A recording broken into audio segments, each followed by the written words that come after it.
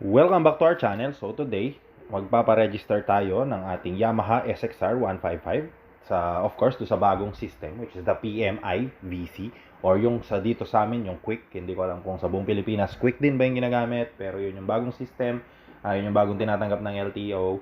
So this is a 1-minute guide on the process kung paano yung gagawin kapag magpapa-register kayo ngayong 2023 to 2024.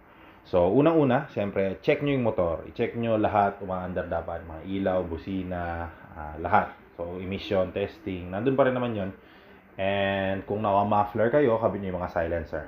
As per LTO, hindi naman nila hinuhuli yung mga muffler kahit, for example, ako nagtanong. Yan. So, dito, papasok ka, magbabayad ka ng PMI VC, nandun na rin yun yung check-up.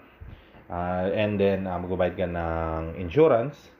After nilang i-check sa emission or